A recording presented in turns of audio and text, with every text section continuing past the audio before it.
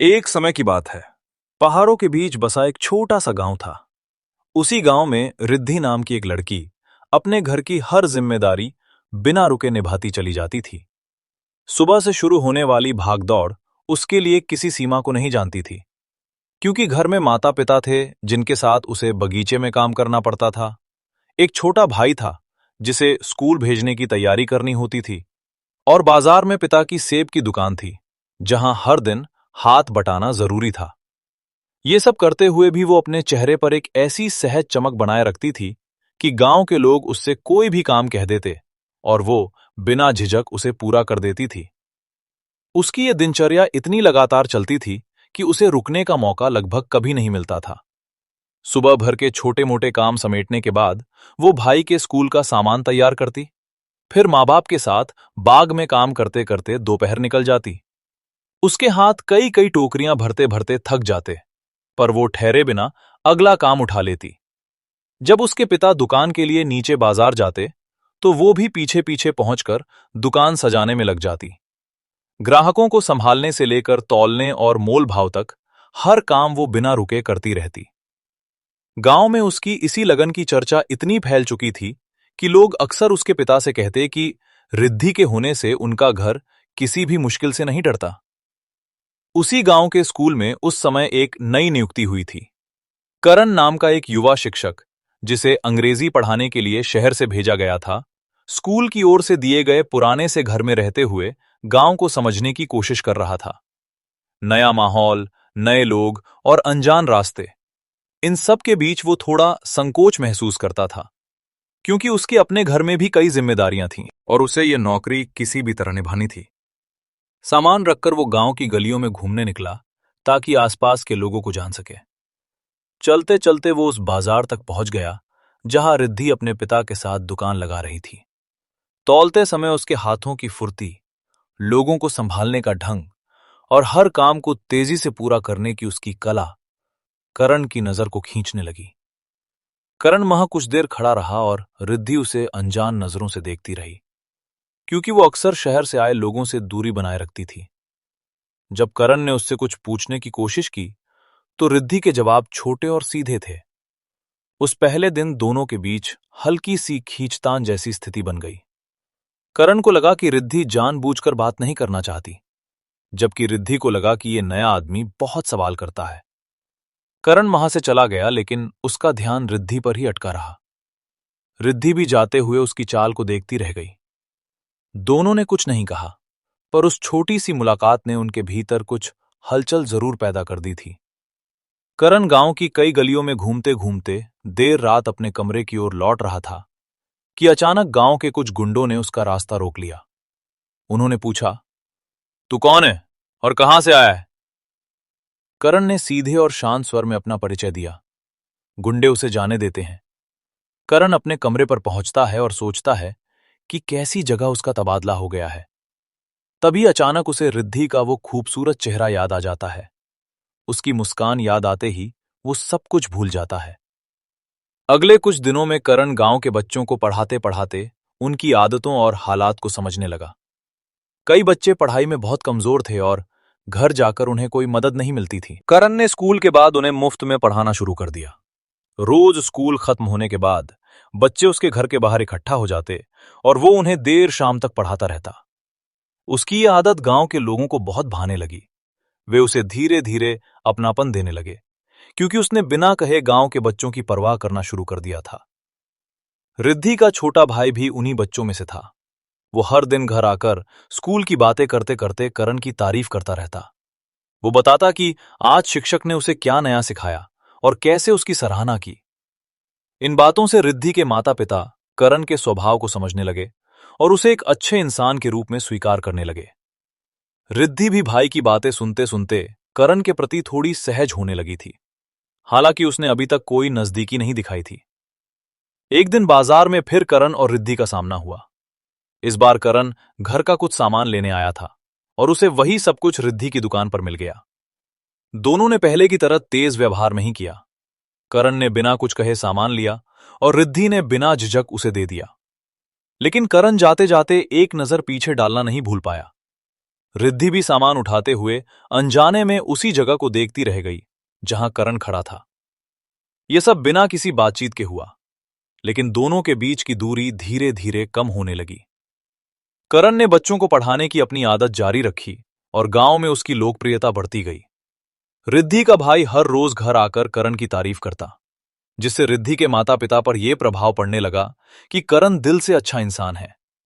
धीरे धीरे वे उससे मिलने जुलने लगे और एक दिन उन्होंने करण को खाने पर बुलाया ताकि उसे गांव के खास व्यंजन खिला सके। करण ने खुशी खुशी यह निमंत्रण स्वीकार कर लिया। जब करण रिद्धि के घर पहुंचा तो उसे घर के माहौल में एक अपनापन महसूस हुआ।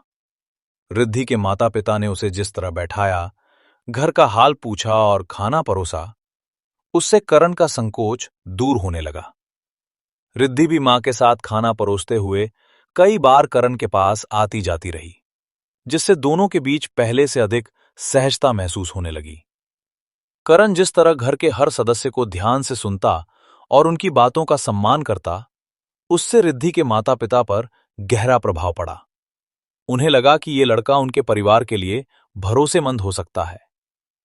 इसी दौरान गांव में एक और घटना चल रही थी, जिसने धीरे धीरे सबके जीवन को प्रभावित करना शुरू कर दिया।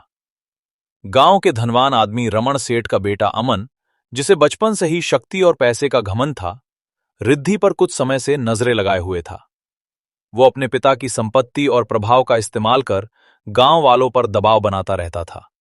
उसका स्वभाव कठोर था और उसे किसी का विरोध पसंद नहीं था। रिद्धि के माता पिता उसे जानते थे और उसकी हरकतों से डरते भी थे, क्योंकि वो रिद्धि को पसंद करने लगा था और कई बार उससे ये बात जताने की कोशिश कर चुका था, लेकिन रिद्धि हर बार उससे दूर ही रही। एक दिन गांव के कुछ लोगों से अमन को पता चला कि करण गांव में नया शिक्षक आया है और वो रिद्धि के परिवार से मिल रहा है। इसके बाद उसने धीरे धीरे करण को तंग करना शुरू कर दिया। वो स्कूल में बेवजह मामलों को बढ़ाता, बच्चों से कहता कि करण की बात मत मानो और उसके साथ बेरुखी दिखाता। करण पहले चुप रहा क्योंकि उसे नौकरी की जरूरत थी, लेकिन जब उसने महसूस किया कि इसका असर बच्चों और रिद्धि के परिवार तक पहुंच रहा है, तो वो चिंता में पड़ गया। उसकी चिंता तब और बढ़ गई जब उसे पता चला कि रिद्धि के माता पिता रमन सेठ के डर से करण से दूरी बनाने लगे हैं। वे करण को पसंद तो करते थे, लेकिन उन्हें लगता था कि अगर उन्होंने रिद्धि की शादी करण से कर दी तो रमन सेठ उन्हें चैन से जीने नहीं देगा। रिद्धि ये सब देखती रही और करण के लिए उसके मन में उठने वाली भावनाएं गहरी होती गईं। वो हर दिन बाजार में दुकान लगाते हुए करण के बारे में सोचती कि वो नए गांव में अकेला कितना कुछ झेल रहा होगा, और वो भी सिर्फ इसलिए क्योंकि उसने बच्चों को पढ़ाना और गांव की मदद करना शुरू किया था। रिद्धि समझ चुकी थी कि करण कोई दिखावा नहीं कर रहा, बल्कि वो सच्चा और साफ दिल का इंसान है, जिसका मन दूसरों की भलाई में लगता है। एक दिन रमन सेठ का बेटा रिद्धि के घर पहुंच गया और उसके माता पिता पर दबाव डालने लगा कि वे रिद्धि की शादी उससे कर दें। उसने कई तर्क दिए और अपने पिता का नाम लेकर ऐसा माहौल बना दिया कि घर के लोग चुप हो गए। रिद्धि के माता पिता को लगा कि वे इस दबाव से नहीं बच पाएंगे, क्योंकि वो आदमी किसी की सुनता नहीं था। रिद्धि दूर से ये सब देखती रही और उसकी बेचैनी बढ़ती गई। वो समझ गई कि अब उसे खुद कुछ करना होगा, वरना उसकी जिंदगी एक ऐसे इंसान से जुड़ जाएगी जिससे वो हमेशा दूर रहना चाहती थी। करण को इसकी भनक लगने से पहले ही गांव में कई बातें फैल चुकी थीं कि रमन सेठ का बेटा रिद्धि से शादी करना चाहता है और उसके परिवार पर दबाव बना रहा है। लोग ये बातें करण तक पहुंचाते रहे। करण हर रात इसी सोच में उलझा रहता कि उसे इस स्थिति में क्या करना चाहिए। वो सीधे पूछ भी नहीं सकता था, क्योंकि उसे डर था कि कहीं इससे रिद्धि और उसके परिवार की मुश्किलें और न बढ़ जाएं। लेकिन उसकी चिंता दिन ब दिन बढ़ती गई और वो हर रोज स्कूल का काम खत्म करते हुए रिद्धि के बारे में सोचने लगता। एक शाम रिद्धि बाजार में दुकान समेट रही थी, तभी करण वहां से गुजरा।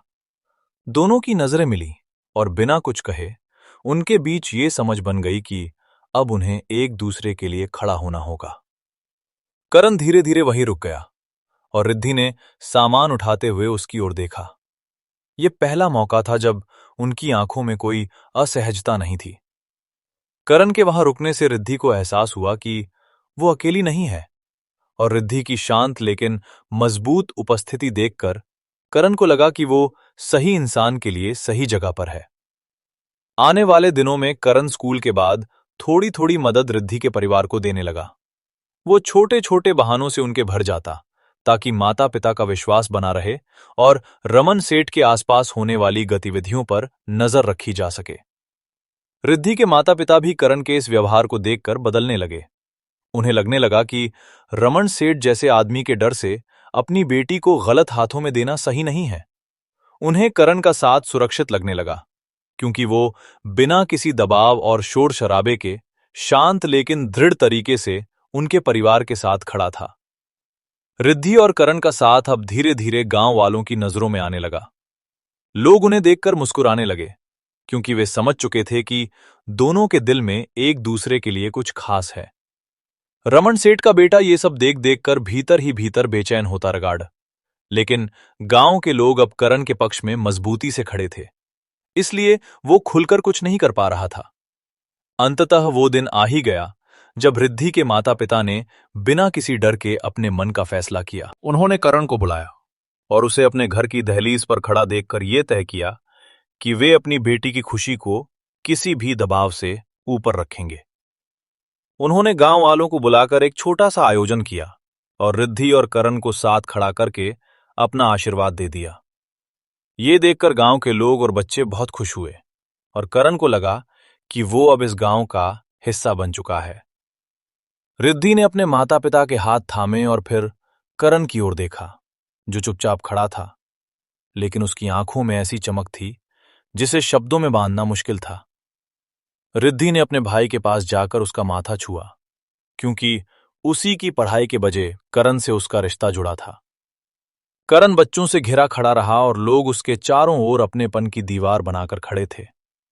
ये सब देखकर रमन सेठ का बेटा दूर से खड़ा रहा, लेकिन गांव के समर्थन के सामने वो कुछ भी नहीं कर सका।